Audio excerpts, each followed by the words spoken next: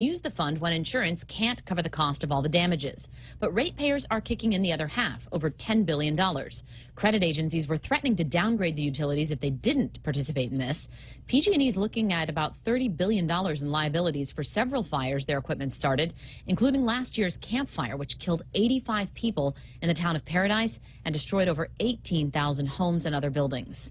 Jessica Rosenthal, Fox News. An autopsy will determine if a body found in Montana is that of a missing 2-year-old Oregon boy. Aiden Salcido's parents died in an apparent murder-suicide last week. The child's body was found in the same area where the couple was seen several days earlier.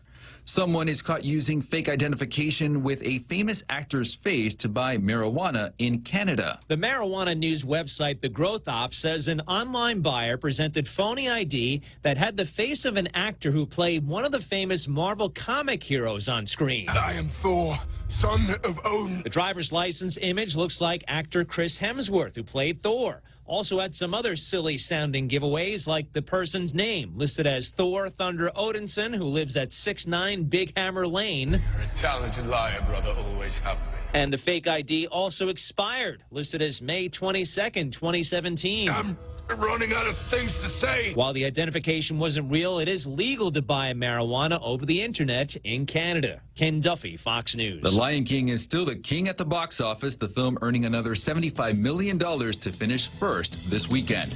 I'm Richard Jordan, and this is Fox News. The summer of Jeep, Compass, Cherokee, Wrangler, Cars Plus in Mighty.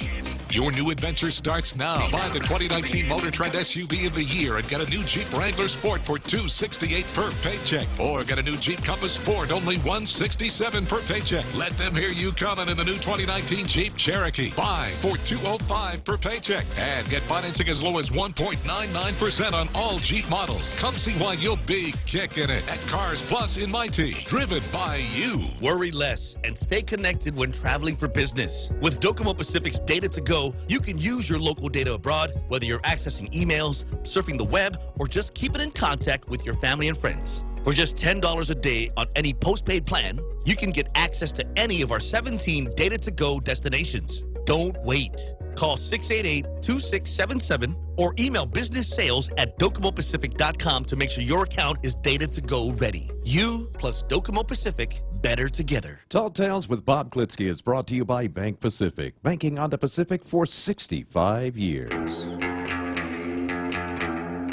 Welcome to Tall Tales with Bob Klitzkie, the only show on talk radio where common sense is a lot more common.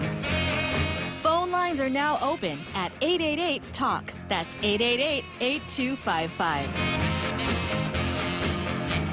And now, The Point proudly brings you Tall Tales with Senator Bob Klitzkie. A well-regulated militia being necessary to the security of a free state, the right of the people to keep and bear arms shall not be infringed. Well, you know, the real Joe Cruz and I start the program off that way every day for an abundance of reasons, one of which is that we kind of like guns. But there are some more complicated reasons than that. But I'm really making a big change today. The big change is that it won't be the real Joe Cruz and I starting the program that way. It will be Michael Knight and I. That other guy. Yeah. Yeah. And I don't even need to say the real Michael Knight because obviously there can be only one. By definition, there can only be one Michael Knight. So real Joe Cruz is off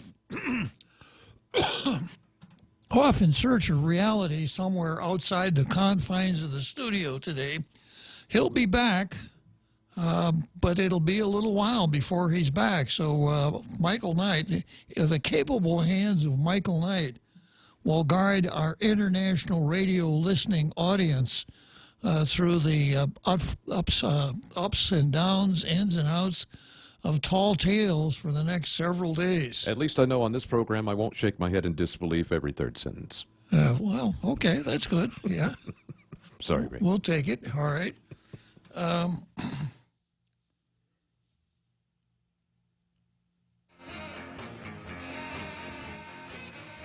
Yeah, so getting all my stuff set up here, my Facebook and so that I can see your pithy comments as they arrive here on my screen.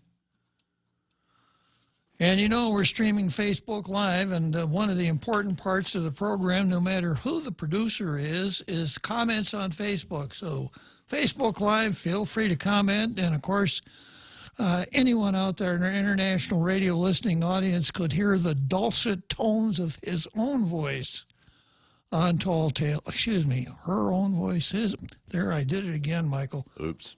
Their own voice. There. Yeah. We're talking about one person. That one person has to be referred to as they. So the phone number here is 888-8255, 888-TALK, area code 671, country code of the United States of America is 1. And I started a new workup on the Second Amendment on Friday.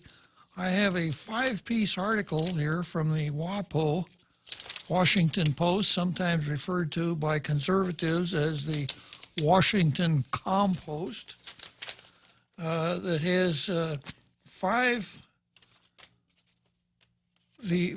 questions dealing with the gun control debate.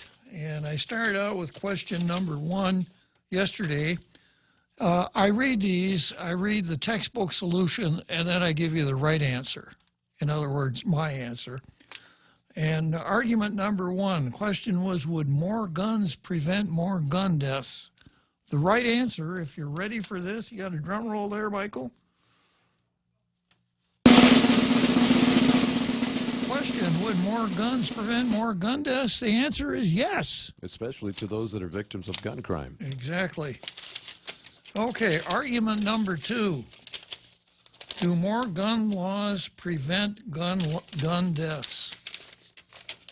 Pro-gun rights. The data on this is incomplete. National Journal published a chart in August proclaiming to show that states with stricter gun laws, Hawaii, Massachusetts, New York, and New Jersey, had fewer death rates. But when the WAPO's fact-check team removed suicides from those gun deaths, yeah, the old saying is that figures never lie, but sometimes liars figure. When suicide were removed from gun deaths, which accounted for more than 60% of gun-related deaths in 2013, by the way, the results changed, sometimes dramatically. In this new calculation, half of the top 10 states with the lowest gun death rates per 100,000 residents have less restrictive gun laws. Pro-gun control. Just because the data is inconclusive doesn't mean we shouldn't implement common sense reforms that most Americans, even law-abiding gun owners, agree with, like universal background checks. And that WAPO analysis you mentioned, it's notable that the states on the bottom, the ones with the most gun deaths per 100,000 residents, generally have among the least amount of gun laws. Well, I like the pro-gun answer here, just because the data is inconclusive. So, you know, if the data the data goes your way, then it's everything. Otherwise, we toss the data out and just rely on, quote, common sense. And I've told you before, back when I used to read the intro to Tall Tales, where I placed common sense in the hierarchy of the thought process values, not very high. Your common sense is what tells you that a heavy in air object could never fly. Iron ships will never float, and the world is so obviously so obviously flat that no proofs are even required. So common sense quite often stands for the prevailing standard of ignorance in a particular community. It has its value, but it's often misunderstood to mean not something that arrives because of a critical thought process, but usually as the product of the everybody knows thought process. Everybody knows that. the earth is round or flat or whatever. Or they say, right, Michael? Actually, Bob, the Earth is an oblate spheroid. Yeah. Well, I still think it's flat. Okay, so, and here, once again, the question is, do more gun laws prevent gun deaths? The correct answer here is no. You didn't even drum roll for that one, Michael. Okay, so from there we go on to Jemmy Ikotny. And I'm making a programmatic change for Jemmy Ikotny today, too. Boy, this is a day of revolution, Michael.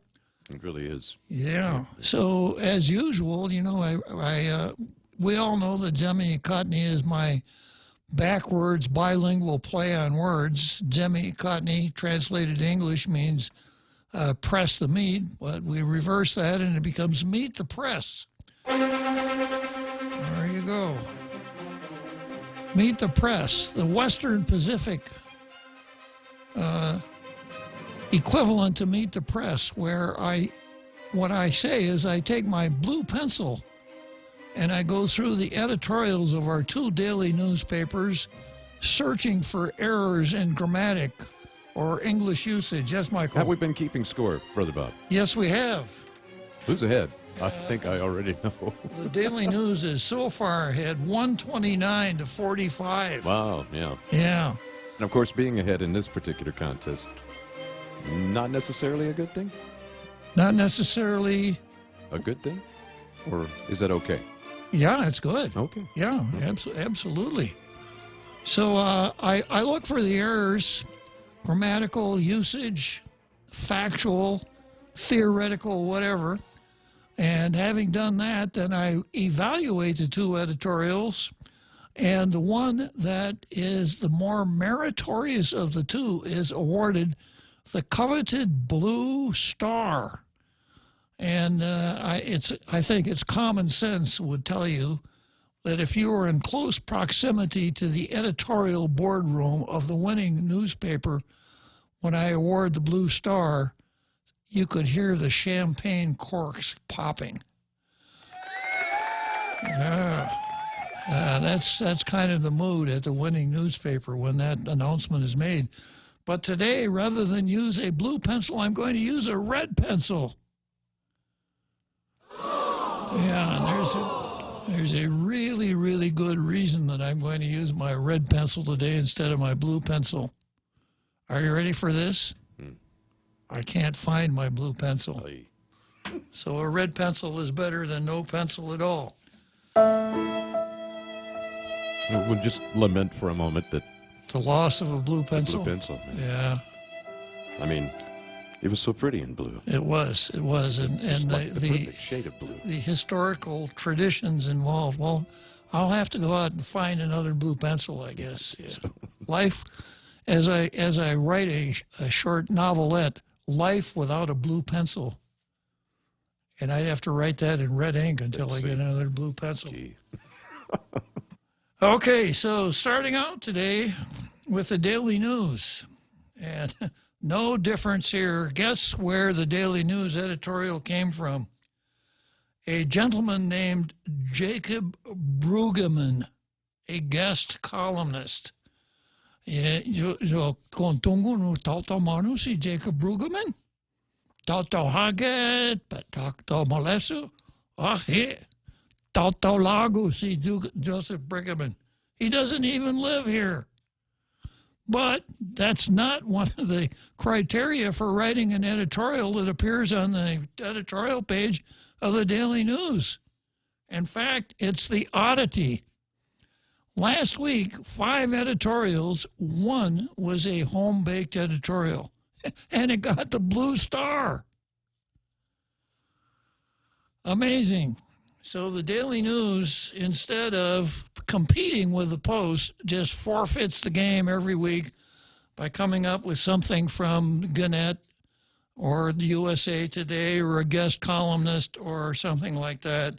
I won't even tell you what this one is about. It borders on silliness. So if you want a good chuckle, and you've had kind of a hard day, before you wrap the fish in it, take a look at the Daily News and check out the editorial page. Turning now to the newspaper that almost always posts a real editorial. And by the way, Michael, Kevin Kerrigan works for one of the newspapers, doesn't he? He does indeed, sir. Which one does he work for? The Guam Daily Post. I should not be surprised. Yeah. A quality product indeed. Yeah, my cat won't even read Pacific Daily News anymore. She refuses to allow me to line the kitty box with it. Yeah, well, there are standards. That's right. Okay, so here's the Post editorial today. Elected leaders must ensure public safety, education, health care are adequately funded. It's been years since the Guam Department of Education has had a budget of less than $200 million. And yet, if Bill 184-35 passes into law, the island's public school system will have to cope with just over half of the amount DOE says is necessary to meet the needs of 30,000 students. DOE asked for $343 million for fiscal 2020, which begins October 1. However, the budget proposed by the legislature gives the department $199 million. Just stopping and inserting my own comments here. It's amazing that with education being everyone who runs for the legislature, who runs for governor, even the gentleman, who ran for assistant dog catcher of Malolo, as part of their campaign, said that education was a top priority. And then we dragging in here with a $199 million budget. About $10 million was shaved off the DOE budget for charter schools, which now have a separate budget. However, even after factoring in the charter school budget, DOE still would be short of this year's $230 million by $20 million and come nowhere Department of Education's request. The proposed budget from the legislature's Office of Finance and Budget also reduces the Department of Public Health and Social Service budget by almost $10 million. That's roughly a $30 million reduction in spending for DOE and public health combined. And that's set against a backdrop where government officials are saying there's a positive outlook for Guam's economic future.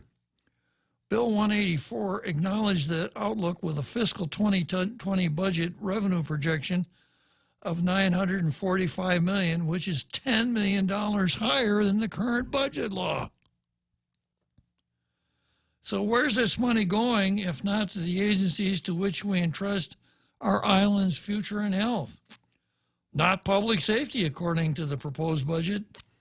The island's public safety agencies, including corrections, youth affairs, fire, police, face an overall $2 million budget cut in the legislature's version of the 2020 budget bill. GPD received a slight increase from its current budget from $34.13 to $34.78 million. GFD saw a decrease from $32.23 million to a proposed $32.19 million. DEPCOR saw a larger increase from $26.25 million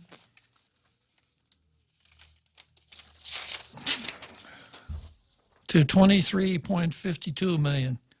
Guam's taxpayers face a higher burden in taxes, but are seeing less in return for their money when it comes to core government services. Elected leaders must reduce budgets in other areas of government and truly prioritize education, public safety, and health. This cannot be just an election year narrative like a recording for which candidates push the play button during campaign season, then pause when the people's work needs to be done. While we disagree with taking the public library system and the Gatineau Restoration and Redevelopment Authority from the umbrella of Department of Chamorro Affairs, as where we don't disagree with that, there's an added cost to doing that. Additionally, some senators are pushing for legislation to fund non-governmental organizations that promote arts and humanities. Now, we covered this on the card last week. $665,000 to nonprofit organizations, many of which no one has ever heard of, almost all of which no one is quite sure if they are doing anything. So the Tall Tales opinion was, if these are worthy organizations, they should petition the Guam Visitors Bureau, and the Guam Visitors Bureau should investigate, and if they are meritorious, fine. If not, no. And the other angle was this was supposed to be a startup program, not a lifetime support system for nonprofits.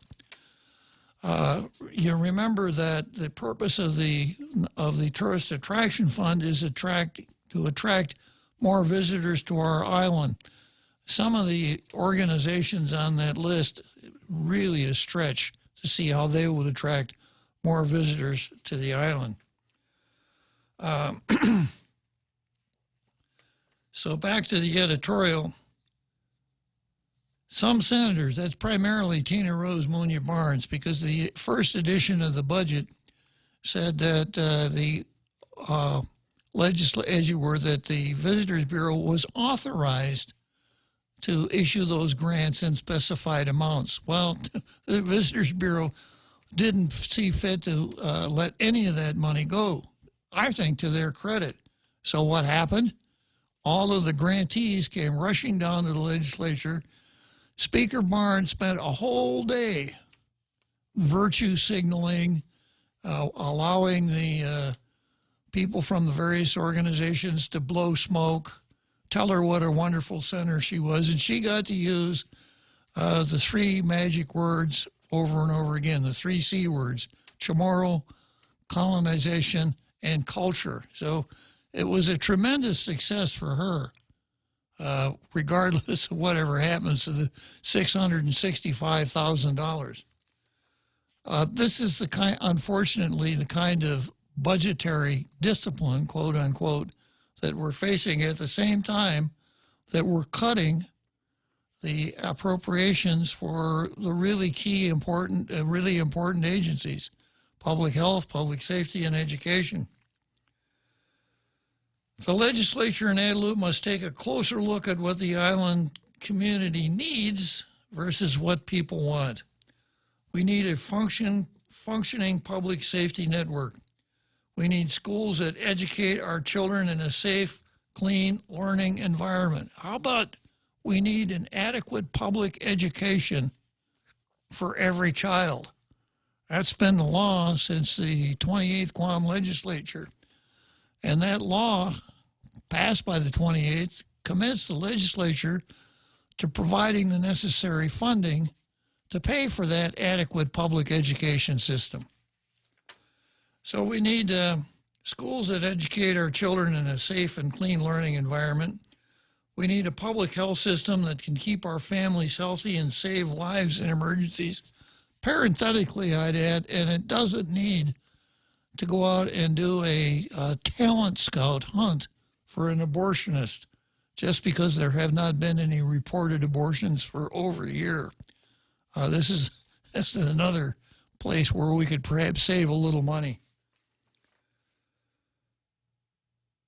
Once these needs are met, then perhaps we can consider other things. Well, I say it so often that by now it probably has been committed to memory by some of our long-time members of our international radio listening audience. This is what I want to see. I want to see an effective, efficient government that provides basic services in accordance with the rule of law on at least a break-even basis. You see anything wrong with that, Michael? It sounds perfectly logical to me. Yeah, that's probably its greatest downfall. That's right. I was going to say Yeah. biggest problem. Perfectly. It makes sense. Yeah. If we were going to do that, why would we send 100 people at $400,000 to Hawaii for Festback? That just wouldn't fit in there at all. Obviously a dumb idea. My bad. Okay, so here's the card for today. I've got, I don't even have the card. Forgot to print it. Okay, well, I'll just go for my papers here. I've got our squad versus the United States Marine Corps. I've got Dr. Tom Poole, a regular listener to Tall Tales, versus rabies. I've got the left versus the right, our new Civil War. I've got the burn versus socialism, Trump versus Cummings, and the squad report. I'm pretty long on national news today and kind of short on local news. I got a break coming up here in just a second, but I'm pretty short on the local news because no one has done anything outrageous since last Friday. But what the heck, it's only Monday. Short break and we'll be right back.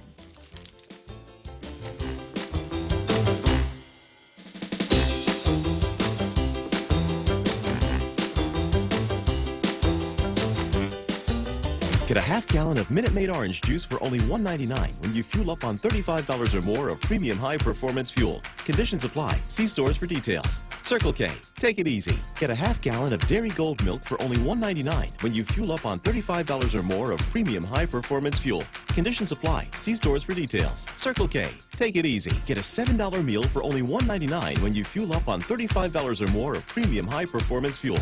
Conditions apply. See stores for details. Circle K. Take it easy. Let's go for a drive. Let's take a stroll. Let's gallivant. Let's go cruising. We all have different ways to describe how we get up and go in our cars. But whatever you may call it, you can do more of it when you save 6% off your fuel purchases at any Shell station when you use your eligible Bank of Guam Visa and MasterCard credit cards. So stop by any Guam or CNMI Shell station and start saving today. Visit bankofguam.com for more information. Terms and conditions apply. Bank of Guam, the People's Bank. Member FDIC.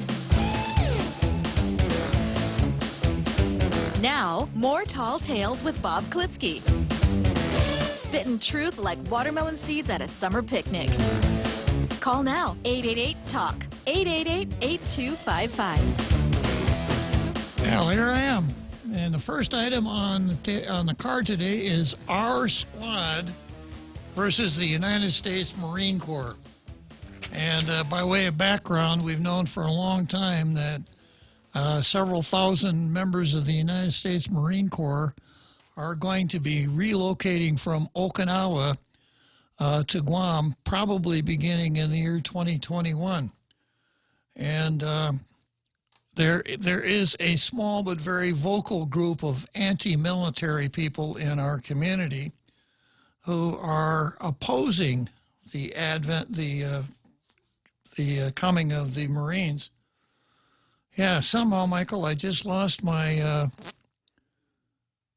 Actually, it's Dr. Tom Poole. Yeah, the very Tom Poole, huh? Mm-hmm. Okay, good. Yeah, maybe in next break you can come in here and put my my call screener back up for me. It just disappeared. Right on, not a problem. I'll fix that up for you. Very good. Okay, Dr. Tom Poole. Judge, sorry to interrupt, but I heard you mention my name, and I'm about to go into a meeting. I'm not sure how long it will last, and so I wanted to be able to defend myself if I could for whatever I'm being charged with before I start that meeting. Okay, well, I'm glad you have some priorities here. The Tall Tales comes before your meeting. Thank you very much, yes, Doc. Yes, sir, always. And you know the House rules here as far as people on the card defending themselves on Tall Tales? No, I didn't know the rules, sir. Yeah, well, there aren't any because you can't. Okay. Just as well. Yeah. Well, actually, you're the plaintiff in this case. It's Tom Poole versus rabies. Oh, good. And it picks up on the article in the Post today where Rudy Montanani, who's a stroke of genius, told us, well, if there are stray dogs here, there's a risk of rabies. I haven't been to vet school, but I probably could have told you that myself.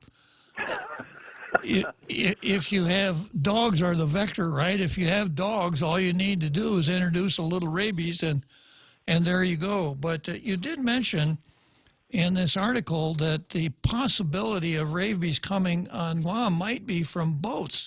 So maybe you could elaborate on that a little bit. Yes, sir. I think that has always been my greatest concern. People worry about them coming in through the airport, the customs breaking down or something, and I think that is much less likely. I have a boat and I fish quite a lot, and often when I'm offshore, I'll see boats coming in, and I'll often see dogs, running up and down the decks of these fishing boats that are coming in. And they're often coming here from Palau or the Philippines and other areas. And the Philippines has a tremendous amount of rabies, and so that has often been a concern of mine. If one of those dogs were to be incubating rabies, that would be, in my opinion, how we're most likely to get it back on the island again. And I think we would have an extremely difficult time eradicating it again if we ever got it again, because the techniques that we used in the 1970s successfully are all illegal now, and we wouldn't be able to use those poisons again. So I just think we have to be so I think one of the reasons that I take the time to mention this is because we do have mandatory rabies vaccination on Guam, which Hawaii doesn't have, and I believe that our risk is very different, and that's why I hope that we will, continue to do that. We have a veterinarian on the island who's always agitating that we should not have mandatory rabies vaccination, and I just think he's dead wrong about that. And it's because of that, and it's probably more than you want to know, Judge, but I mean, there's reasons why, an animal isn't infectious with rabies for very long before he dies. He may incubate rabies for weeks, a few months, but once he becomes infectious, he's normally only going to die in a day and a half, something like that. And so he really has to find a susceptible host very quickly. And so that's why it's important that we keep, as many vaccinated animals out there as we can, so that if we do have a break like that, that perhaps the contagion dies out early. I see. During the incubation period, is a dog able to inflict rabies on someone that he bites? No, sir, not at all. It's a very unusual disease. The way it works is, an animal is bitten, or whoever is bitten, whatever sort of mammal is bitten, and the virus is there in the tissues and then works its way into the nerves and climbs up through those nerve tracts, either peripheral or motor nerves, and makes its way up through the spine. And the problem is during that transit, once it's inside those nerve cell bodies, it is somewhat isolated from the immune system. And so it makes its way, fairly slowly up through those nerve cells, through the spine, and not until it gets near the brain do you begin to have clinical signs. And it's only then that the virus moves down through the salivary ducts and into the salivary glands. And so that is how it spreads itself. So it's really a really remarkable disease system. But all during those days, weeks, that the virus is making its way up there, the dog is entirely healthy and is not infectious. But once it gets into the brain, the symptoms start, and the virus appears in the salivary glands. And those dogs, the dogs that I've seen in the Philippines when I was stationed there, I never saw a dog live more than 2 days. And usually it was just like one day. You had kind of a sick dog, and we would isolate them. And of course, it's 100% fatal. The last time that I knew, there had only been 6 human survivors in all of known human history once clinical signs started. And of course, those people that did survive were, neurological wrecks. They would have been better off dead, probably. So, but anyway, there's no other disease that has the fatality rate of rabies. So it's just extremely important that we keep it off the island. And if it should get here, if it finds, immune animals to bite, then the contagion dies out and we never knew it was even here. And animals develop immunity how again, Tom? Well, normally from vaccination is the only way they develop immunity. And the way the immunity works is that the animal has circulating antibodies, and whenever the animal is exposed, then hopefully those virus particles are bound up by the antibody. Okay. And so it doesn't get to enter into those nerve cell bodies. Standard vaccination type operation, right? Yes, sir. It's an excellent vaccine. It's one of the best vaccines ever. I was vaccinated when I was in veterinary school 1,000,000 years ago, one time, and the last time I checked, which has been 7 or 8 years ago, I still had strong immunity from a vaccine that was more than 30 years ago. So it's an excellent vaccine. And then there's some treatment for people who have been bitten, correct? Yes, sir. That's correct. And so the old treatment was where you would be given, IgG, that is immune antibodies developed. Usually they were using horses, and they would inoculate horses, and then the horse would develop all these antibodies, and you would harvest those antibodies and give those to the people. But you would also have what was called serum sickness, where the people would become quite ill from all these foreign proteins being dumped in them. It was usually effective. Now we have fast-acting vaccines, and so people that are exposed, if we get to them fairly quickly, then we can vaccinate them with these human-deployed vaccines they're fairly expensive, a few $100s, but they're very effective if you get them, inoculated fairly soon. Okay, well, that's as usual, very educational. Every time you call, we learn something, Doc. So. I'm listening because I learned so much from you, Judge. So thanks very much for giving me a chance. So the item on the card is Dr. Tom Pool versus rabies, and we're going to, can we have a drum roll there? I'm going to declare the winner here. Tom versus rabies, Dr. Tom Pool. Yeah. Thanks, Judge, very much. I'm very grateful. Okay. Well, thanks. And you said you had something else of less importance on your schedule? Yes, I'm about 3 minutes late for my meeting. I'm going to duck in there. Well, you have a really good excuse. Yes, sir, I did. Yeah. Thanks for calling, Thank Tom. you, Judge. All right. Yes, sir, bye. Jack had a question for the doctor, but I think he didn't realize the doctor was in a bit of a rush. So is it, let's see, looking at the stack here again, I've got Jack. I hope maybe it's a good thing that Tom rang off because. Oh yeah. I didn't want you to come on and tell him he didn't know Jack.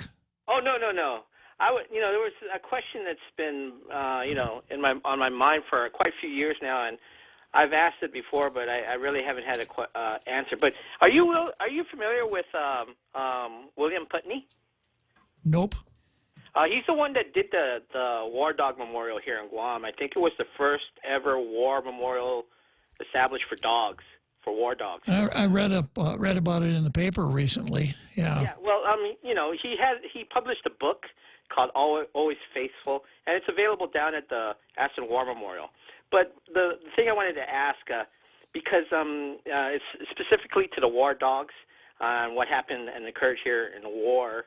World War II, and he wrote a section when the canines were here. The war dog canines were here. They arrived on island and they were very sick, and he couldn't figure it out.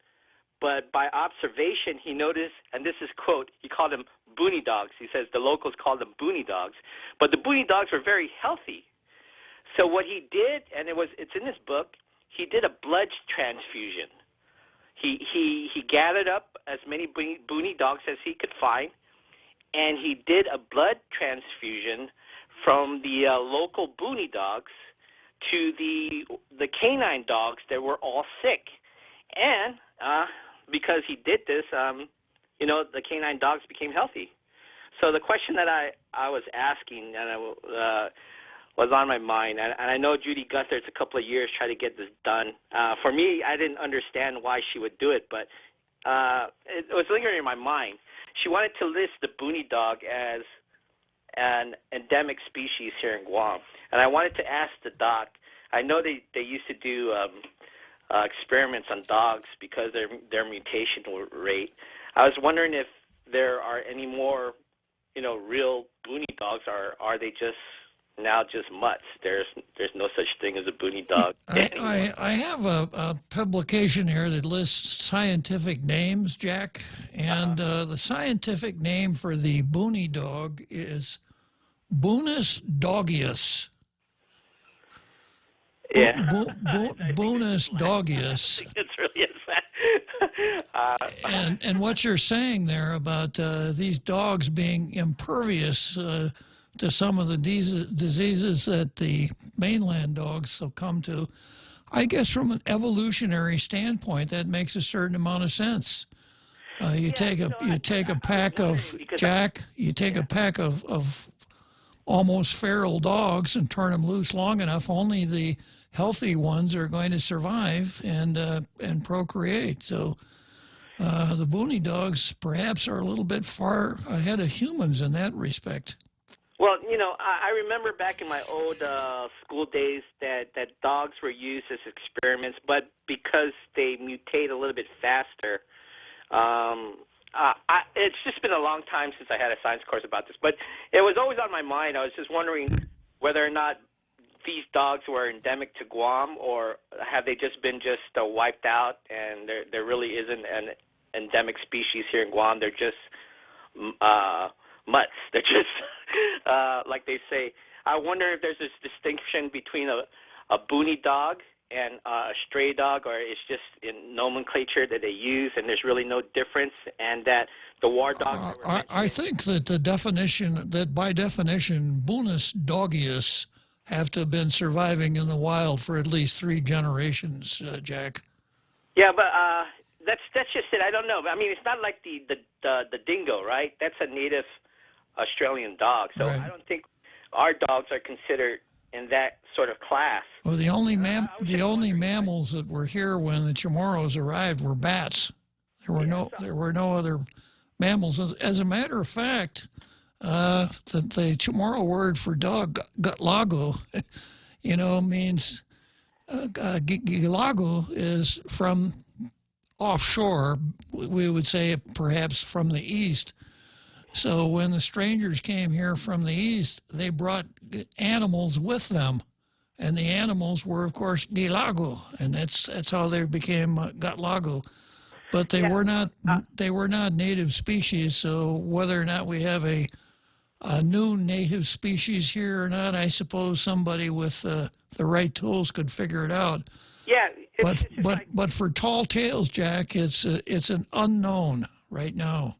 Yeah. So anyways, it's good reading. It's one of my, I peruse through these sorts of books, especially concerning dogs.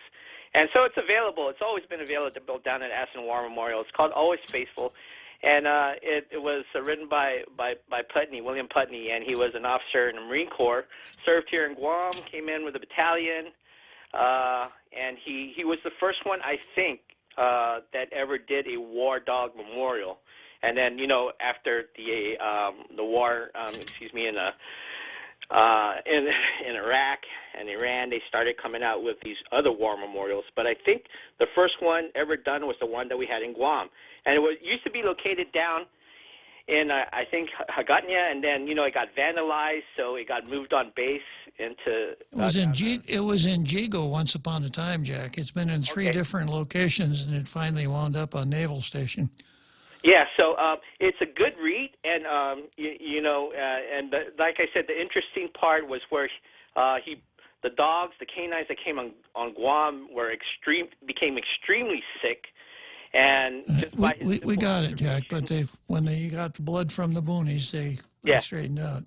Yeah, but he had to corral a lot of them because the thing about blood transfusion, you just can't take it from a certain person or a species. You have to get a lot of them together, and so that's what he did. It was an interesting read. I suggest I got it, Jack. Up on it. Yeah, less people. So I just wanted to ask Dr. Poole that if there's well, you made your point, And unless the folks in my international radio listening audience think that the program is going to the dogs today, I think I better bid you adios, Jack. Okay, Bob. Thanks a lot. So, but I do have one little tidbit I want to toss in here about dogs, as long as we're talking about dogs. One theory is that dogs invented themselves. Oh. There are about 200 different species of dogs right now, and every single one of them can trace its ancestry back to wolves. Yes. And when people first started living in something that looked like villages, one of the first things they put together was a dump. Some things never change, right? And the wolves would come in and forage in the dumps. Pretty easy picking, so to speak, right? Well, some wolves are naturally more tame than other wolves. So the tamer wolves tended to thrive because they got to the dump and got more of the stuff than the other wolves. The tamer wolves tended to thrive and tend to interbreed with other tame wolves. And the theory is that tameness has a genetic component. And packed with that genetic component are other traits: a shorter nose, a different sound instead of a howl, something more like a bark. So as these tame wolves kept propagating amongst themselves, they began to develop into a species not the same as wolves. Well, the clever humans saw this and they thought, maybe we could do something with these animals. They'd catch them when they were young, they would domesticate them and selectively breed them to breed into them that tameness trait and the other traits that they wanted. And after a while, then humans figured out how they could breed dogs that were as wide in variety as Great Danes and Chihuahuas. But they all came from wolves, and one theory is that they basically invented themselves. Wow, that's pretty cool. I had no idea. Yeah. Well, Jack is interested in dogs, so I thought maybe I'd add that into the program there. So I was going to go back here. We got just a couple of seconds here before the break, before the big halftime show, right, Michael? That's right, yep. Yeah. No worries. So it's the item on the card here is our squad versus the United States Marine Corps. And by way of background, everybody who lives here knows that 4,000 or so United States Marines are going to be transferred here from Okinawa. And there is a small but very vocal group that is anti-Marine Corps, anti-military. It doesn't seem to make much difference what it is, but they don't like it. And they have come out and not directly opposing the Marines, but advancing on environmental and cultural fronts, saying you can't do this because we're environmental wackos and we don't like it, or it's detrimental to our sacred Chamorro culture. And our squad, they're not the only ones, but our squad is Senators Therese Terlahi, Marcia Kelly, Talina Nelson, and Sabina Paris. When Admiral Chatfield was packing to leave after her tour of duty here to head off for Providence, Rhode Island, the Tina Rose Munya Barnes introduced the pro forma adios resolution from the legislature. It's been done ever since we've had a legislature. When the old ComNavMar departed, there was always a resolution. Thanks a lot. It's been great knowing you. Keep us on your Christmas card list, etc. And this would be presented with the proper pomp and circumstance. But this time around, 4 senators did not sign that bread and butter resolution. Terlahi, Kelly, Nelson, and Paris, thus becoming our squad. Well, they were playing to their base because I think it was Proteji La Texan, led by Maria Hernandez, the chief rabble-rouser on Senator Kelly's staff, came out and said that the senators who signed that resolution should take their names off that resolution because they didn't like Admiral Chatfield. So that's who our squad is. They're very much opposed to Marines. And by the way, Michael, here's a question for you. You know how long it takes the average person to become a United States Marine? I have no idea. Never. Never. An average person could never become a United States Marine. I should have known that answer. Okay, so we got a short break coming up. And after the break, we'll get right to that big halftime show that everyone has been anticipating.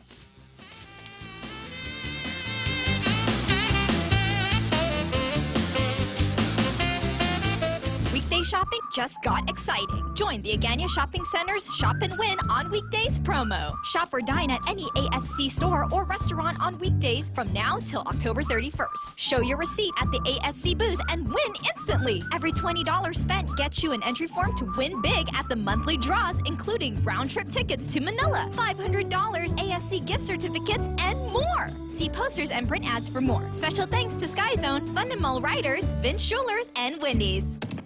Hey, welcome to this Subway ad for the new club collection. How do you want it? I'll take a book club. Absolutely.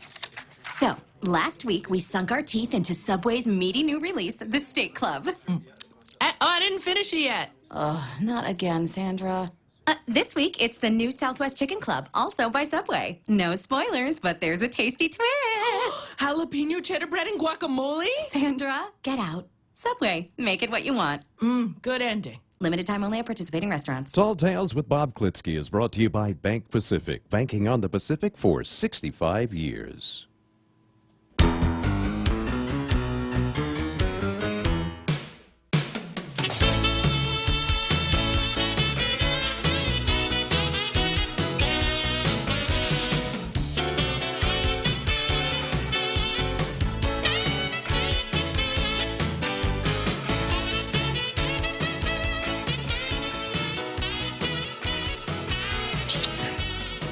Well, we got about 5 minutes to halftime here, and for those of you who may have just tuned in or got waylaid by a meeting or something like Dr. Tom Poole, that other voice you hear, and it's not the real Joe Cruz doing imitations, it is Michael Knight.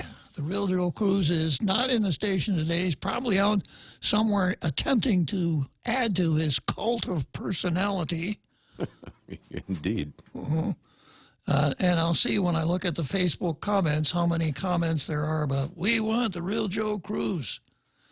But even though he's not here, the real Joe Cruz has had an influence on the Tall Tales infrastructure. Oh, sure. And the Tall Tales infrastructure being the poet laureate of Tall Tales. I see. That would be Andrew. And here's Andrew's offering for today. When tuning in to Tall Tales Show, a mystery I see. Where is Joe Cruz? I don't know. Wherever he can be. Our Bob goes on without a blink and talks with all his might. He has no fear and will not shrink, for he is backed up by a knight. Very nice. That's good. But I still think about Joe Cruz and his personality cult prehensile. He might be searching for blue suede shoes, but did he have to take the blue pencil? The mystery is solved. It is, yeah. The real Joe Cruz cobbed off with my blue pencil. He's like that sometimes. Yeah, well, if you're listening out there, real Joe Cruz, take good care of that blue pencil. Okay, the next item on the card here, just a few minutes here before the halftime show. I guess I could get started on it, but this is from a website that I go to from time to time called duffelbag.com, and the title is Guam Finally Capsizes. After years of warning from Congress, the island of Guam has finally capsized, according to several Department of Defense officials familiar with the matter. Satellite imagery confirmed that the island disappeared into the Pacific Ocean early Thursday morning. Senior defense officials say the island's inversion was a result of poor management by the Navy and Air Force. What happened this week was the Air Force aircraft that are usually on the north side of the island were away on a training mission, said a Navy senior civilian, speaking on condition of anonymity because he still didn't believe this has actually happened. At the same time, a destroyer squadron docked at the naval base on the south side of the island. That unbalanced the whole thing, and it just sort of tipped over and sank. The armed forces typically carefully manage the balance of Pacific islands in order to prevent them from capsizing. In 1943, Tarawa nearly inverted during a furious battle between the U.S. and Japanese soldiers there after the Japanese retreated too quickly to one shore. The two sides negotiated a brief truce and agreed to stack all the coconuts they could find on a beach opposite the last-ditch Japanese positions in order to make the atoll more stable. Hank Johnson, Democrat of Georgia, who has long expressed concerns that DOD activity on Guam could put the geological stability of the island at risk, told reporters he was furious that no one paid any attention to his warnings. Hank Johnson, Democrat from Georgia. Okay, let's go to that big halftime show you've all been looking forward to.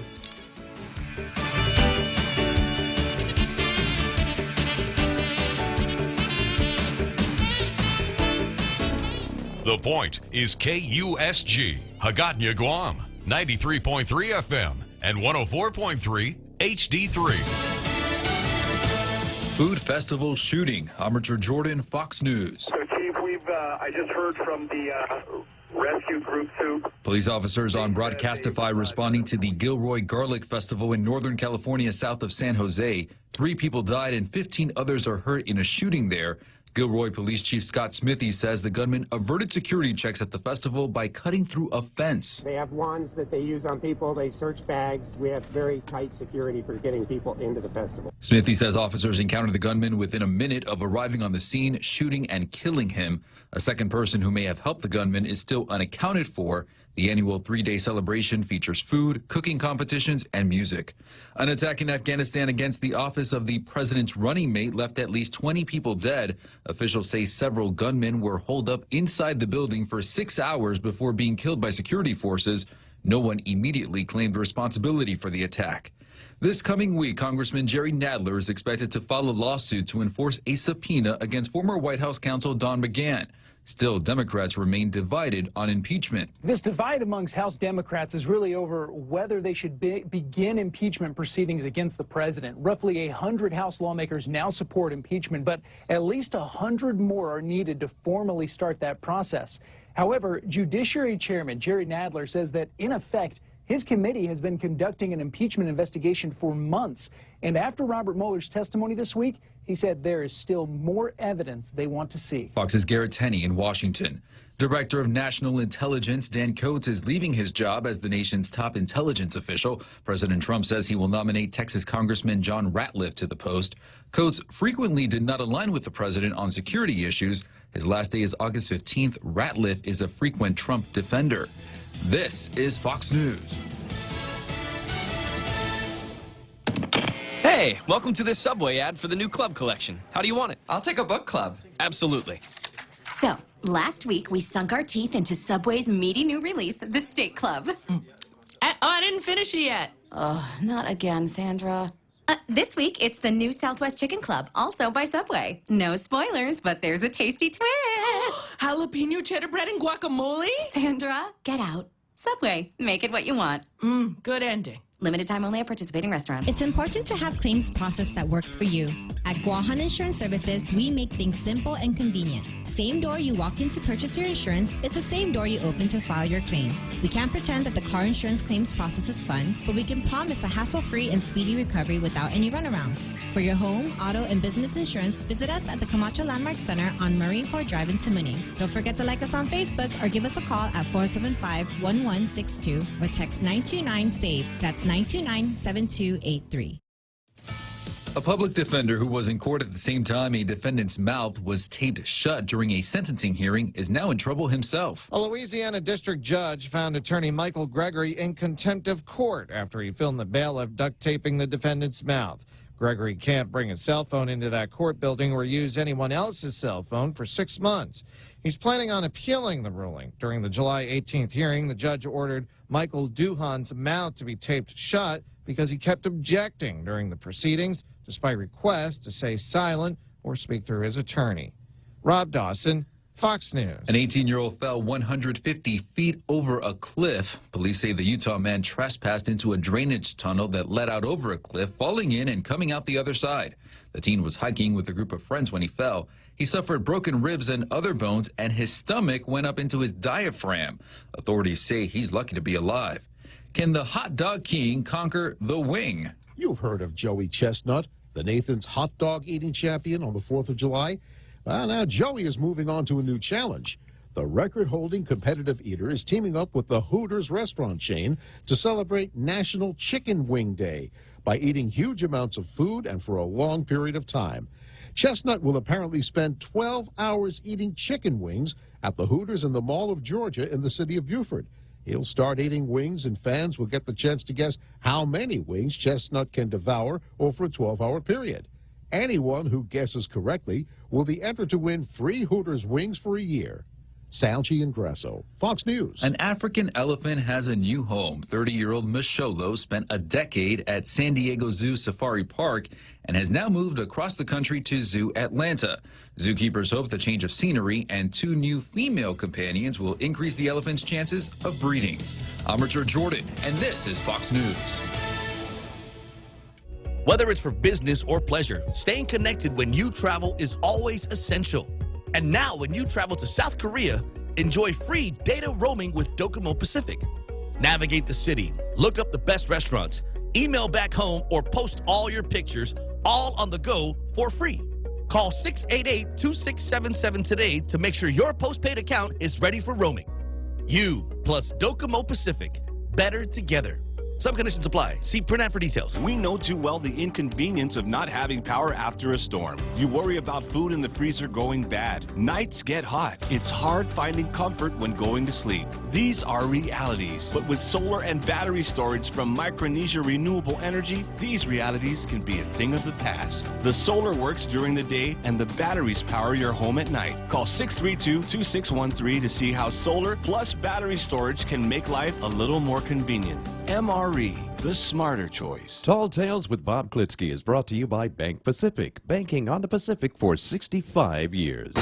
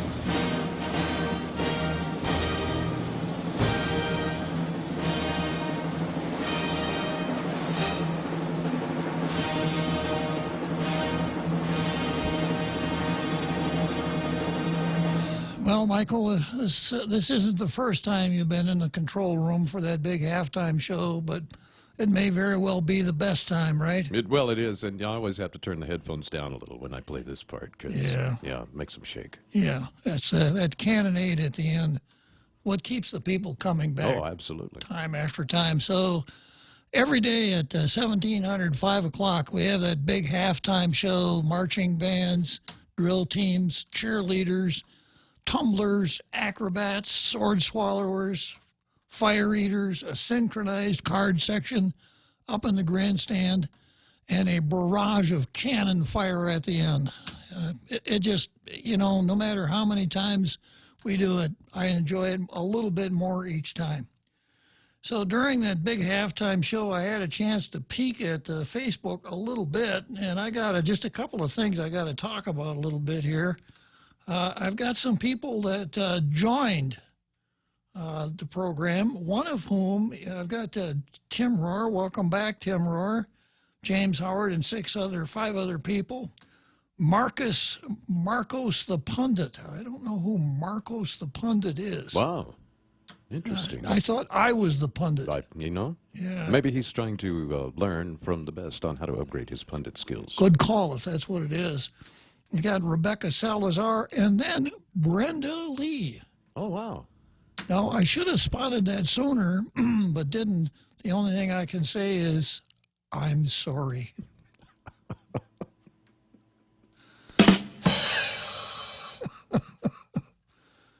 Yeah. That caught me a little off guard, sir. Yeah, well, I suppose I should have broke it to you gently.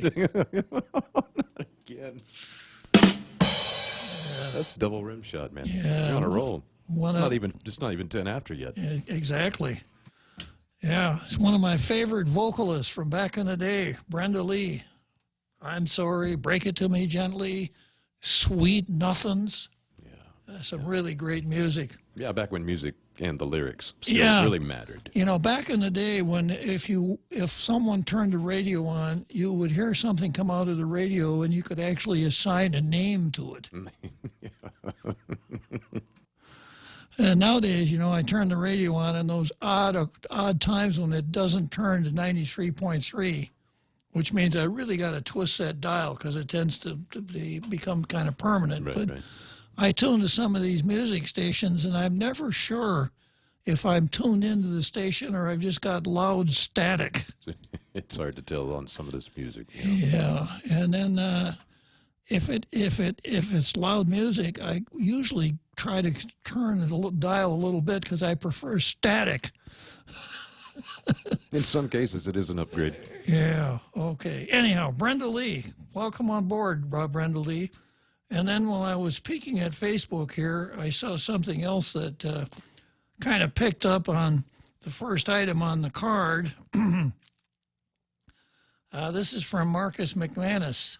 This goes into the first item on the card, or the second item on the card, or first item, our squad versus the USMC. We desperately need new elected representative leaders on Guam before they cripple us beyond repair. If the current, hey, Marcus, cripple? I don't know. I don't think you can use that word anymore. Oh, yeah, that's one. That's, yeah. Yeah, cripple, no. But we can't even use handicapped anymore. No, absolutely not. What would we be? If that word now is described by talking about a person with a disability. Yeah, okay. Person always comes first. Yes. And if it's just one person, you know which pronoun to use, right? Oh, well, we don't get to use one, yeah. Well, you can, but it has to be they. They, yeah. If it's one person. Wow. Yeah. Yeah. But anyhow, Marcus says they'll cripple us beyond repair. If the current leadership doesn't stop, they will turn the wrath of President Trump on us and move additional buildup to other Micronesian islands or redirect DOD money to build the wall. Instead, let alone destroy tourism with trashy-looking parks, not be able to provide safety and health to the people or our guests. So sad. Please, that's from Marcus the Pundit, and it sounds like he is a pundit because those are kind of the same things that I would say. Mm-hmm. That's kind of the acid test for punditry. If it's something that I might say myself, you know you're in the groove. So he passed the first interview. He did indeed, yeah. Okay, next item on the card here is called Left versus Right, Our New Civil War. Now, this is a little bit theoretical, and it's not the typical tall tales fodder, but yeah, it's very well done. And if you're wondering, if you haven't figured out, or if someone hasn't told you why the world seems to have turned upside down and inside out in about the last 15 years, all of the things that you took for granted, all of the things that you knew, all of the parts of your life that were axiomatic are now all subject to doubt. You know, there aren't two sexes anymore. Right. Yeah. Yeah. There is a way to determine how many they are, but they're still working on the algorithm for that. Well, and you don't even get to be just straight or just gay now. You have so many diversions of that. You could be binary. Yeah. Yeah. And that was Star Trek, wasn't it? Binary? Seems like it, yeah. That was... Yeah. That part where maybe we should bring that part back where Captain Kirk says, beam me up, Scotty. There's no intelligent life here. That's right on right there, man. Yeah.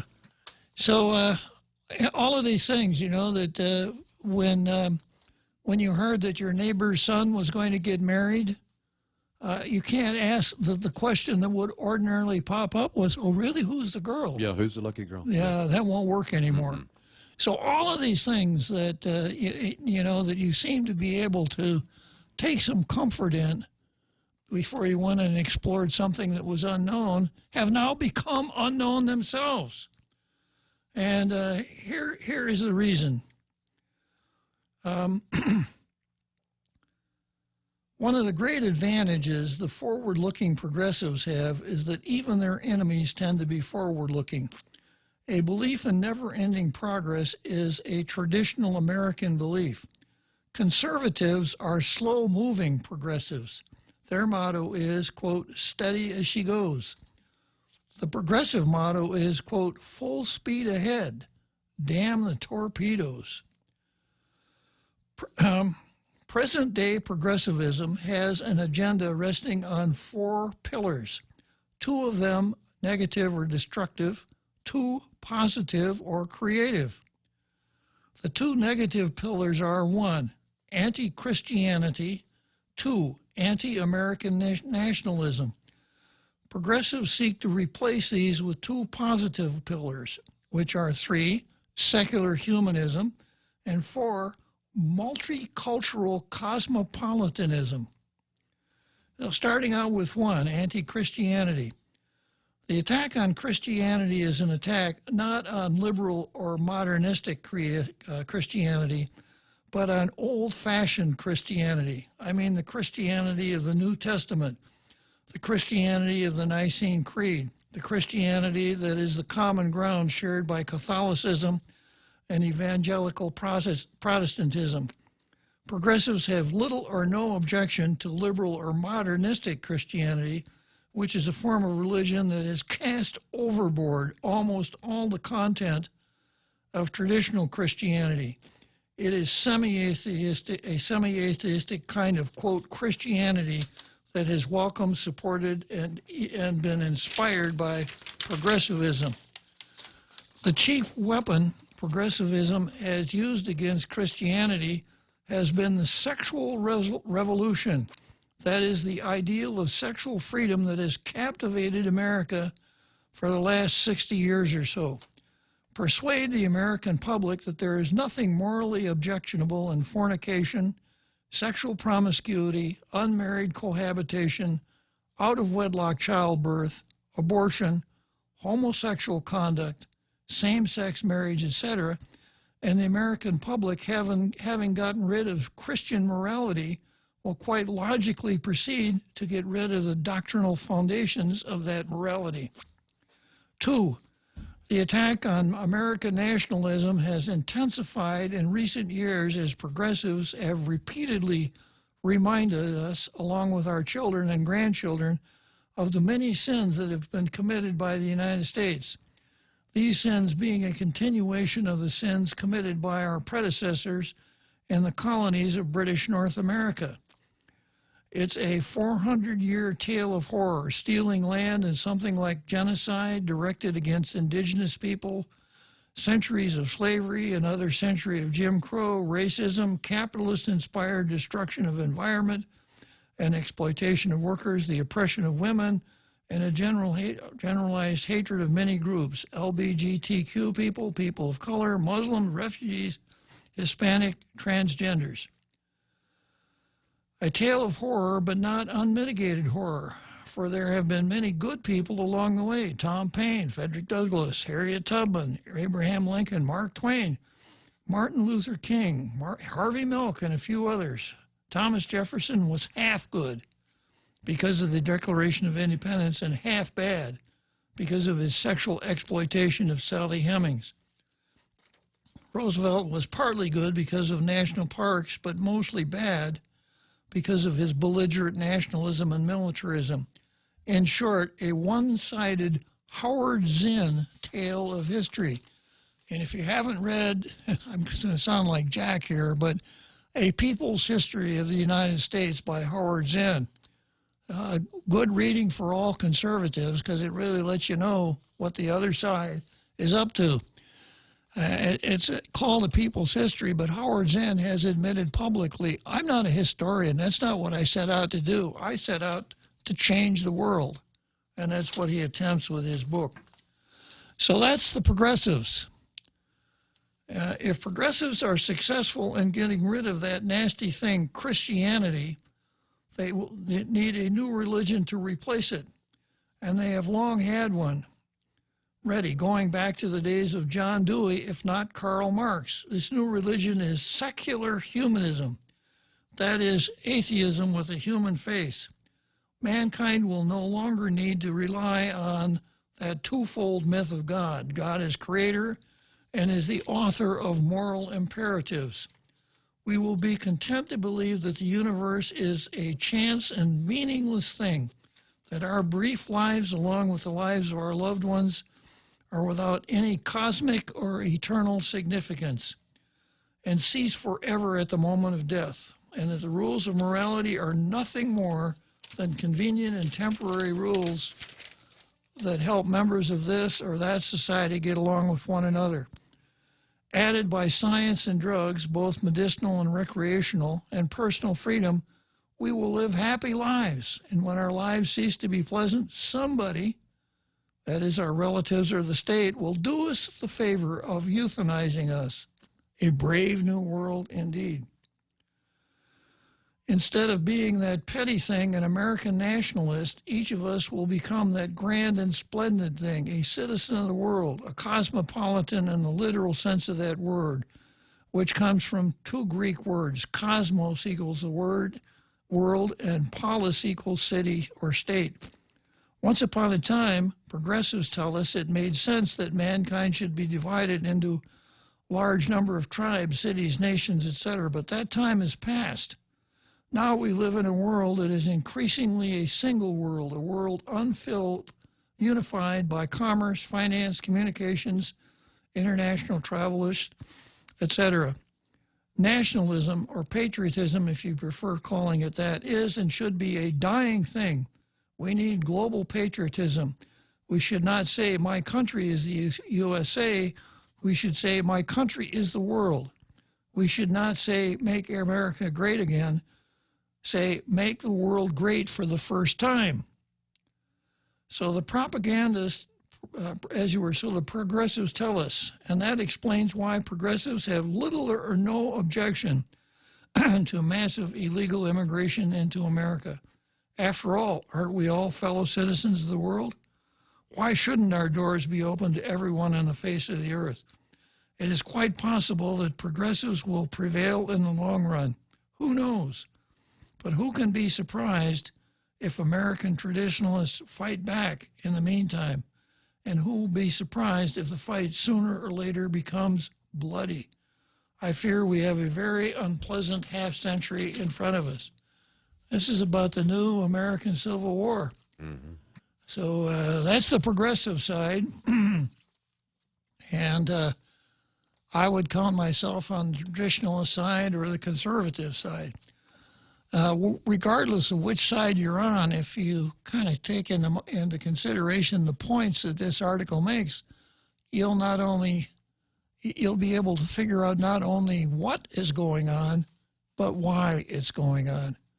And I don't think it's a very pretty picture. I'm going to do what I can by speaking out and introducing conversation into this, introducing common sense, that bugaboo, into the conversation wherever I can. That's about all you can do, you know? So I got Chuck and Frenchie on the line. Let's see what Chuck has got to say here. Hello, Chuck. Hey, hello, Senator Klitzkie. How you doing? I'm doing great, Chuck. Yeah. Anyway, all of this, the legislature and the governor, try to do the same thing that Congressman Nicholas is doing. They should concentrate. If they really wanted to do something good, in my opinion, and I'd like to get your thoughts on this, is why don't they just declare whatever monies that is going to the people that from war reparations tax-free and leave it at that. I think that might be a better move on the local side of this issue. That's all I got to say, sir. Thank you. Well, thank you very much for calling in. Okay, let's go to Frenchie and see what Frenchie's take is on progressivism. Hi, Frenchie. Hi, Bob. How are you? I'm doing great. Good. Yeah, I was calling. I was driving, so I was listening to the territorial veterinary. And this morning I was reading the proposition of law that he was pushing with the mayor of Jigo, your village. And my take was a little different on that, is that, okay, we want to put a new law to solve a problem while we have already many laws regarding pets and animals on Guam that are not enforced. So, again, you have people trying to get some good vibes, and in the end, we end up with not seeing much. Yeah, sometimes the people in those positions figure that good vibes is a good TV or newspaper interview, a little earned media, right, Frenchie? That's correct. But, I mean, it is certain that rabies is a terrible disease. I hail from Europe, so I know all about it. That's why Pasteur came out with his vaccine.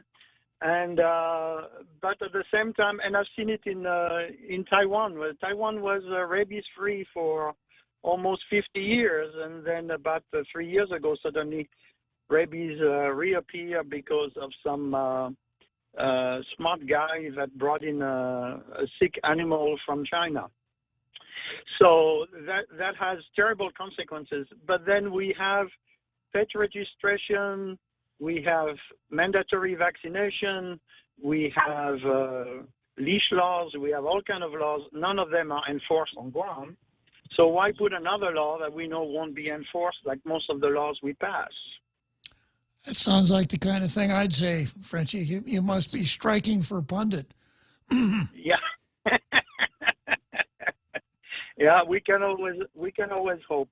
So that was my take on this. I think it's, the intentions are good, but the road to hell is full of good intentions as well. So I'm a little sarcastic when it comes down to new laws like that, when we don't enforce the ones that are already on the books, especially the mayors, who spend all their time at the mayor's council instead of cleaning all the illegal dumps, which, by the way, is one of the major reasons why we have so many wild pigs and bunny dogs all around the island, because they feed on all those illegal dumps. Like you said earlier in the program, when the wolves started hanging around the illegal dumps, they became tame. So that's my take on it. That's all what I had to say today. Well, it's okay. You have my leave to be sarcastic about public officials, Frenchie, but just keep it under control, because it's actually my job. Okay. Well, don't worry, your job is safe. Okay, but I can always use a little help here and there, so thanks for calling in, Frenchie. Yeah, you're most welcome, and you have a very nice day. Thank you. Okay, so staying with the national scene here, next I go to the burn versus socialism. And this is a hypocrisy update. Sanders campaign hit with federal labor complaint. Now, of course, we all know who the burn is, Bernie Sanders, who holds himself out as a democratic socialist, represents Maine in the United States, as you were, Vermont in the U.S. Senate, and it says he's a democratic socialist, wants to bring socialism to the United States, stumped for a $15 federal minimum wage, and not long after that made the headlines because his own staff was criticizing him for not paying him enough money. So we had the burn on Paul Tales here last week. It was the burn versus Joe San Augustine, because the burn made the very case that is brought to Joe San Augustine to oppose minimum wage, and that is if you increase the minimum wage and do nothing else, some people will have their hours cut back. Some people will have their jobs cut off. So the Burns response to people demanding a $15 an hour minimum wage was, well, okay, then we're going to have to adjust hours, and some people are going to have to work fewer hours.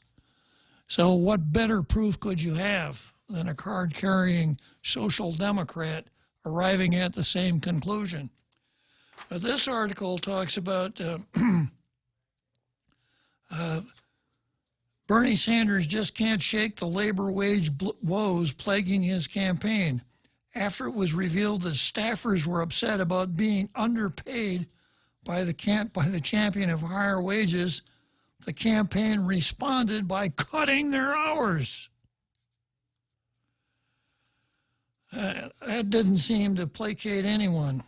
An unidentified individual this week filed an unfair labor practice complaint against the burn, alleging illegal retaliation against staffers. Now, this isn't supposed to happen in a socialist paradise, because, you know, we're putting aside greed and avariciousness, and, you know, we're going to treat everybody fairly, right? I'm sorry, Bob, I'm not familiar with this socialist paradise concept. Yeah. I've never seen one. Yeah, well, you never will. You'll hear people jabbering about it, but that's as close as you'll ever come. Okay, the bitter irony of Sanders and his staff having to struggle with the consequences of a minimum wage number that's based on emotion and a Twitter hashtag rather than sound economics isn't lost on most people, including the Tall Tales gang, right, Michael? Absolutely. Sanders and his people are probably mystified by all of the reality hitting them. However, that is never factored into socialist fantasy. They no doubt thought that all this was behind them when they finally capitulated on Tuesday and offered field staffers the $15 an hour they wanted rather than merely an adjustment in their hours. The complaint alleges more than just wage problems. However, the unfair labor practice complaint mentions 5 alleged violations of the National Labor Relations Act, including improper retaliation against employees and even the unlawful discharge of a staffer.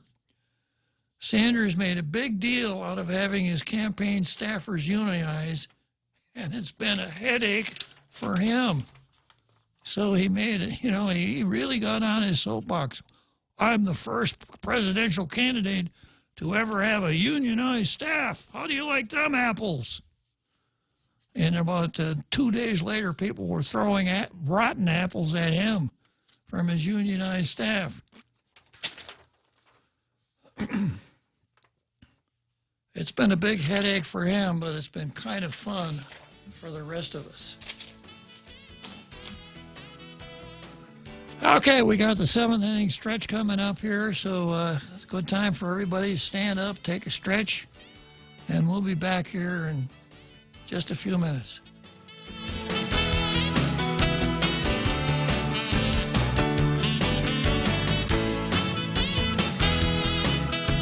Viva Guam! As Guam celebrates 75 years of liberation, Nambo Insurance honors the brave heroes who dedicated their lives to fight for our freedom. With great pride, we salute those who made our liberation possible. At Nambo Insurance, they share the same dedication to serve our community, from offering reliable home, auto, motorcycle, and business insurance to providing friendly Hafa Day service. Nambo Insurance is dedicated to serving Guam. From your Nambo family, happy liberation, Guam. If you walk into work this morning and the CEO of your organization asks you to list all the things you want to accomplish in the foreseeable future, how would you respond? I'm Jerry Robertson. At 7:20 a.m. on The Ray Gibson Show, we'll explain an interesting concept from the legendary Warren Buffett, one that we all can use. You can find daily transcripts of The Extra Point at guamtraining.com. Brought to you by Guahan Insurance Services and First Hawaiian Bank on 93.3 The Point. Tall Tales with Bob Klitzkie is brought to you by Mescala's Chamorro Fusion Bistro. Check out the seafood lau-lau, a medley of salmon, shrimp, scallops, and fresh spinach wrapped in tea leaves, steamed to order, topped with soy butter sauce and your choice of starch. Visit Mescla in Hagatiam and now in Tumon at the Grand Plaza Hotel. For reservations, call 969-2652.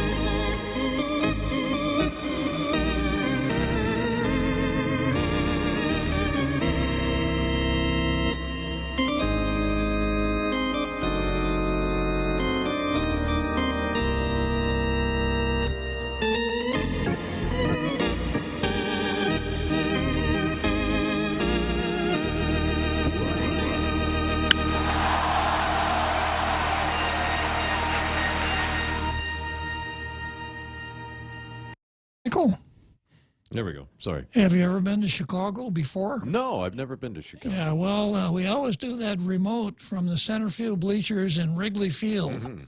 So maybe when the real Joe Cruz comes back, we can get Ray to assign you to do the tech on that remote out there in the center field bleachers at Wrigley. That would be very cool because I'd love to sit behind the ivy. Yeah, okay. So we'll work on that when the real Joe Cruz comes. Should I say when the real Joe Cruz comes back? Yeah, it won't be too long. Or if the real Joe Cruz Oh, he's coming back. He's coming back, okay. Well, with a gig like his, how could he resist? I'm saying. Yeah. Okay, so I got Marcus here on the line. Good afternoon, Marcus. Off the day, buenas. my two youngest daughters like listening to you as well. And they want to sing a little bit of a song for you, if that's okay. I can hear him chuckling in the background, Marcus. Okay, ready? Go. Anogi isamori.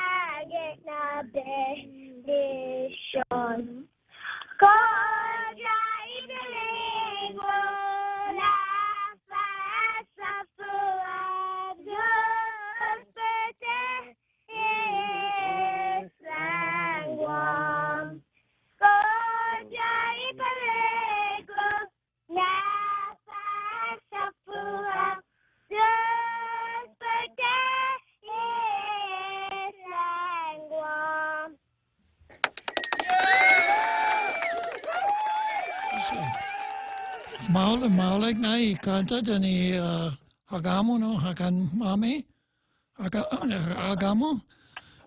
So I don't know if you noticed, Marcus, but I stood during the playing of Finogi Chamorro.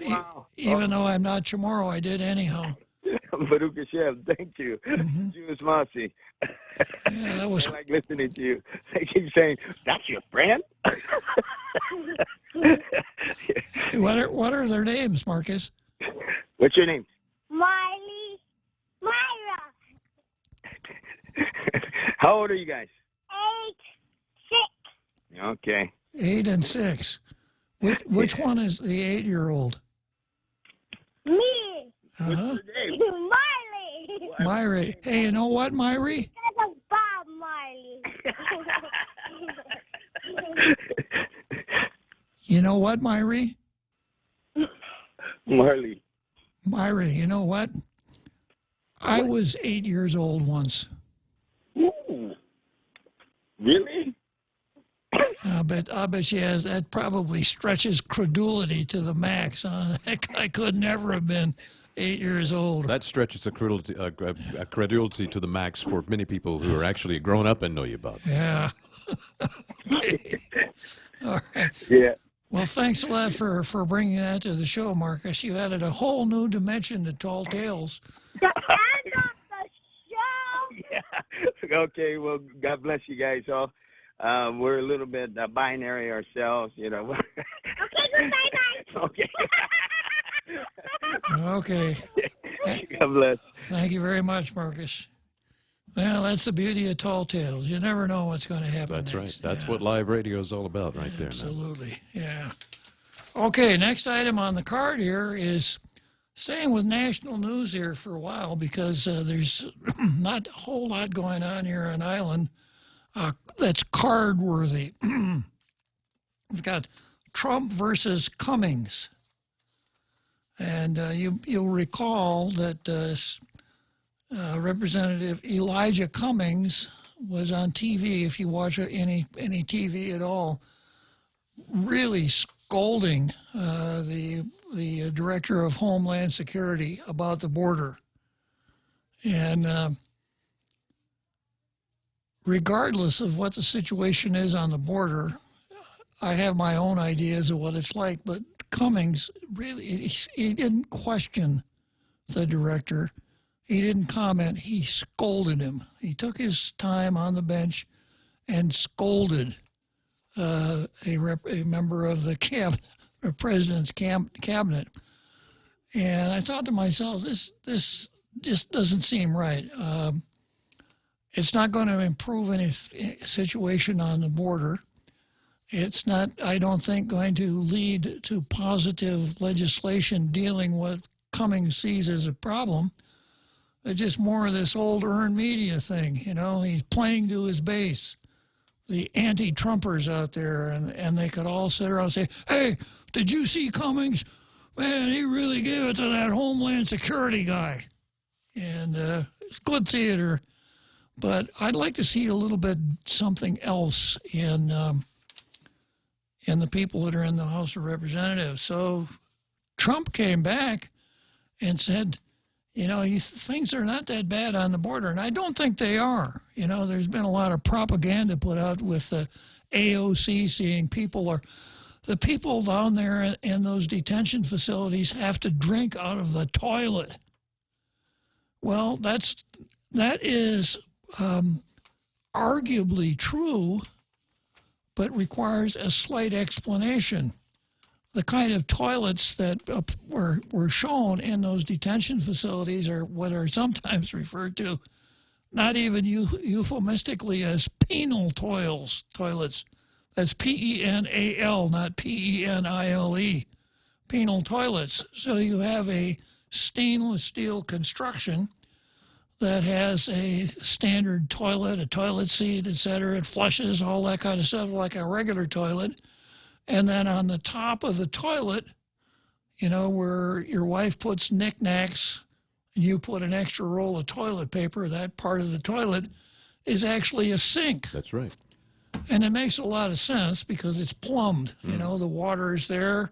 You've got a drain down below, so it's very economical. Mm-hmm. And in the corrections business, these things are good gear because they're not completely indestructible, but they're a whole lot less liable to vandalism than your standard ceramic toilet. Right. So it would make good sense to use these in some kind of a barrack. So yeah, people were drinking water out of those toilets. But that isn't the way AOC presented it. So the way the left, those guys that I was just talking about there, the progressives, have been presenting it is kind of grim. But Trump came back and he said, hey, the boiler is clean. You ought to go back and look at your hometown, Baltimore. It's a rat-infested slum. And a lot of the news channels ran pictures of Baltimore, and it's really. It is. No, it's rough. Yeah, Baltimore has been rough. Detroit as well, and I know Mark. He likes Detroit, but Detroit and Baltimore both. Those cities have had big problems for a long time. So the video showed these rows of row houses, which were at one time in Baltimore pretty good housing. Boarded up, boards on the windows, etc., garbage all over the place. So Trump said, you ought to go back and take a look at your own backyard. So I've got this article here that ran in the New York Post. President Trump blistered Representative Elijah Cummings on Twitter, calling out the chairman of the House Oversight Committee for raising the hue and cry over conditions on the Mexican border, when actually his Baltimore district is far worse and more dangerous. His district is considered the worst in the USA. Trump went on to describe Cummings' West Baltimore constituency as a disgusting rat and rodent-infested mess. If he spent more time in Baltimore, maybe he could help clean up this very dangerous and filthy place. Predictably, the left, including most of cable news, rushed to condemn Trump as a, guess what? Racist. Yeah. Speaker Nancy Pelosi, whose father was once mayor of Baltimore, called Cummings a, quote, beloved leader in Baltimore and a deeply valued colleague. We all reject racist attacks against him and support his steadfast leadership. Yeah, this is a day and age that if you say anything, against someone, a person of color, of any sort of negativity towards them, then you're just instantly racist. That's it. And that can be even if you're a person of color. I mean, that just seems to be the way things are these days. That's the new rules. Yeah. So, Senator Elizabeth Warren, also known as, you know what her also known as is, Michael? Pocahontas? Pocahontas, yes. Yeah. Pocahontas sent smoke signal. No, tweeted, sorry. Donald Trump's tweets are ugly and racist. Beto O'Rourke called him the most openly racist president we've had in modern history. Well, in addition to a lot of the other stuff Beto doesn't know about, he doesn't know much about history. No. He really doesn't. Trump wouldn't hold a candle to the likes of Woodrow Wilson, who resegregated the federal civil service. Senator Bernie Sanders, the Bern, chimed in too. Political leader, let's see.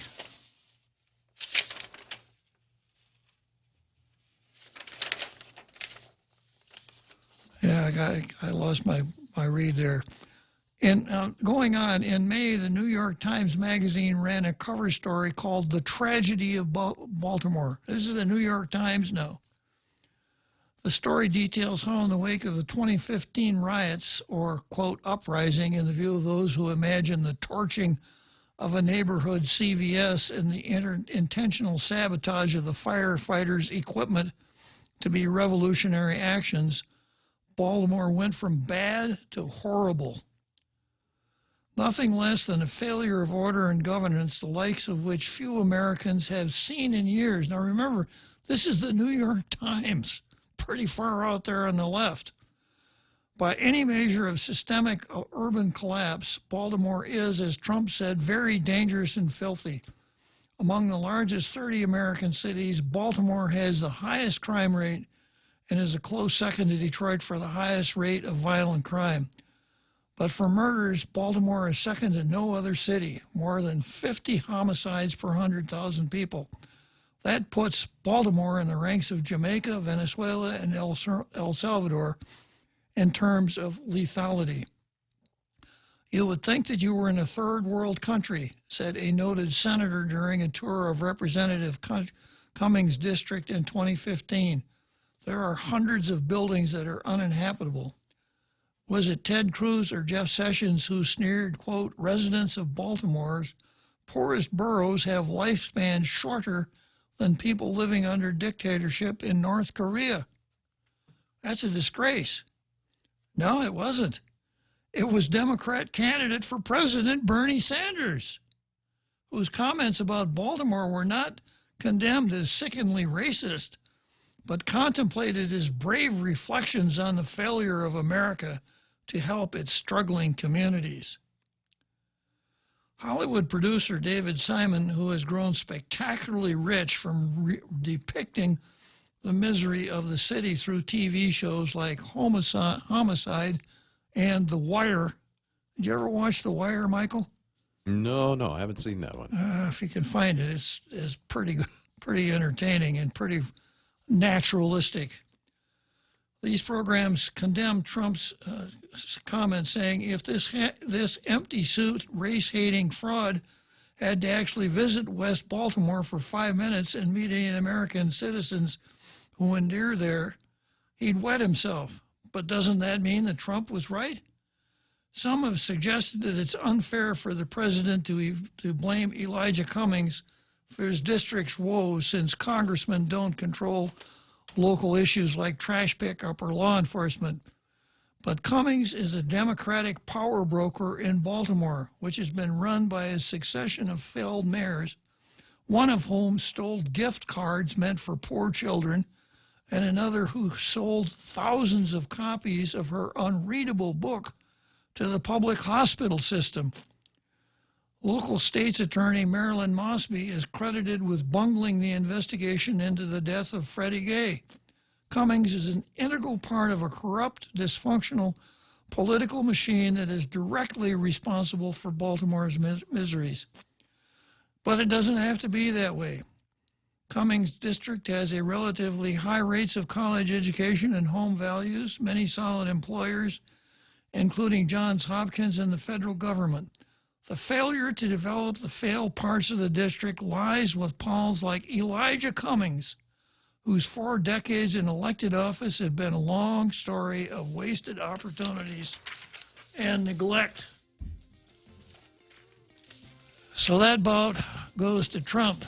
I think he knocked Elijah Cummings out. Okay, so we got a short break coming up here, and then we head down the home stretch of Tall Tales.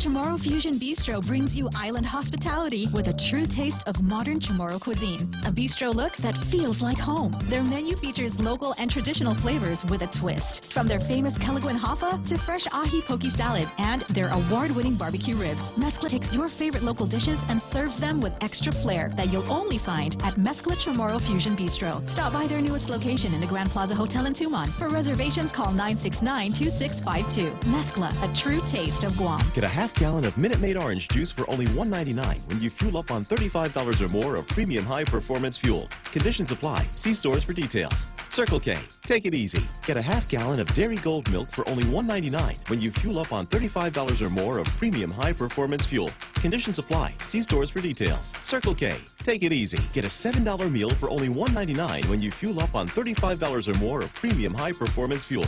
Conditions apply. See stores for details. Circle K. Take it easy. Tall Tales with Bob Klitzkie is brought to you by Bank Pacific, banking on the Pacific for 65 years.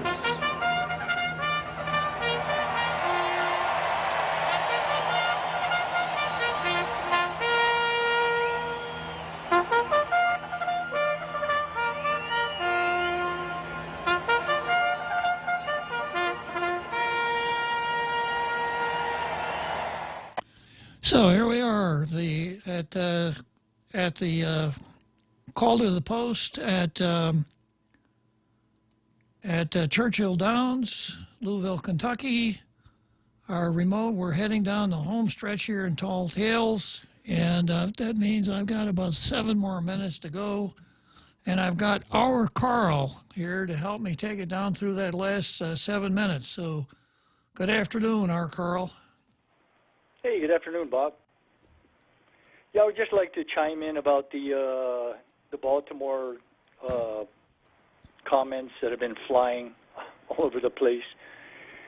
Baltimore is actually just the tip of the iceberg.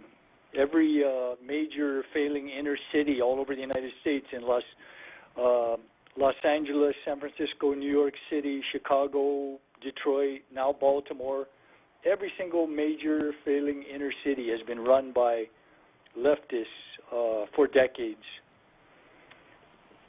Thomas Sowell has recounted in his memoir of the years he was living in New York. I forgot where he came from. I believe it was somewhere in the South, and his parents died. He moved to New York and with 4 of his relatives. But he said he remembered when he was growing up that he used to sleep on the fire escapes to escape the heat. And he would walk from his place where he lived down the street past midnight to get a newspaper. And he could never do that today. I mean, he'd be jumped.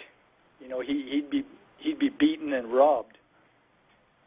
And all the way starting from the days of slavery, the black family was vast majority 2-parent families. From the 40s to the 60s, it was over 70% 2-parent families.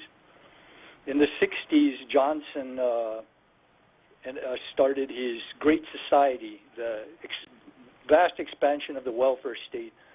And from that point on, you can see so many metrics that were headed down as far as crime, and you know, all the metrics were headed in positive directions.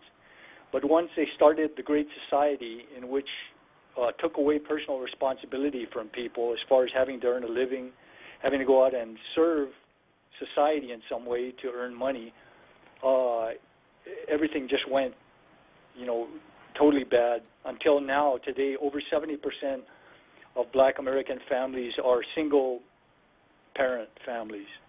And the greatest cause of crime in our society, American and locally, is lack of fathers. Fathers running away from their children, and the children having poor male role models. And that is the key cause of the crime that we're experiencing nationally and locally. And legislation isn't going to solve that. I think you're right, Carl. And also, you know, a little earlier in the program, I got into this piece about where progressives have taken the country, and they've been working pretty hard to take Baltimore where it is, and now it's there. And of course, you know what the solution to the problem then is. Once this happens, what is the fix? Do you know, Carl? Well, they would say more legislation, I guess. Well, and socialism. The reason that Baltimore is the mess that it is this corrupt capitalistic system. No, it's not. It's actually caused by socialist programs. You know, it's just they've got it completely backwards. Poverty doesn't cause crime. I mean, my father was an alcoholic. We were dirt poor. We didn't have a car until I was 18, and I bought that car. And my father was alcoholic. My mother suffered from schizophrenia. We lived in wood and tin shacks for many years. But my father, despite all his limitations, he taught me a lot of basic stuff: courtesy, work ethic. You know, he insisted on a certain standard of behavior. This old alcoholic, dirt poor guy. Yeah, well, I think we could find a lot of people who have studied the sociology of the family who would say that a father is really an important part of the family, but of course now we've done everything that we can to denigrate the position of father with, with the feminazis and all of these other things, so that the father is seen as something that's more or less in the way. But going back to the proposition, if a father is a really good thing in the family, then what about these families where there are two fathers? They must really be in good shape. I don't know. I'm very traditional, so I don't know what to say about that. Well, kids need good role models, moral role models. So there's a word, Carl, complementarity. That the male and female complement one another, and it's really pretty basic that every human is really only half of the species, because no one can reproduce by, I was about to say himself, but I'm going to correct myself. No one can reproduce by themselves. Yeah. So it takes two to propagate the race, to keep the species going. And it can't be two of the same kind. It can't be two men or two women. It's got to be a man and a woman. So although a father in a family is a really good thing, two fathers in a family is not twice as good. Yeah, and the binary, the mother and father model have served society and culture for over 4,000 years of recorded history, and well beyond that, thousands of years before that. It's gotten us to where we're at now. So yeah, there's a lot to be said for it, and I'm not really for a lot of tinkering around with what has worked for thousands of years and gotten us to where we're at. And Hey, Carl, you know where we are, where we're at right now? I can hear it. Yeah. So thanks a lot for chiming in, and we'll see you tomorrow, okay? Okay, will do. Thank you, Carl. So, once again, thanks to Michael Knight, who pitched a doubleheader today. Yeah, and not only that, I'm not ever here, but we do have some pretty heavy weather coming in from the west, so everybody be ready for that. If you plan on watching a sunset, you're not going to see much of it. That's the word from Duke Skytalker. Thank you, Duke.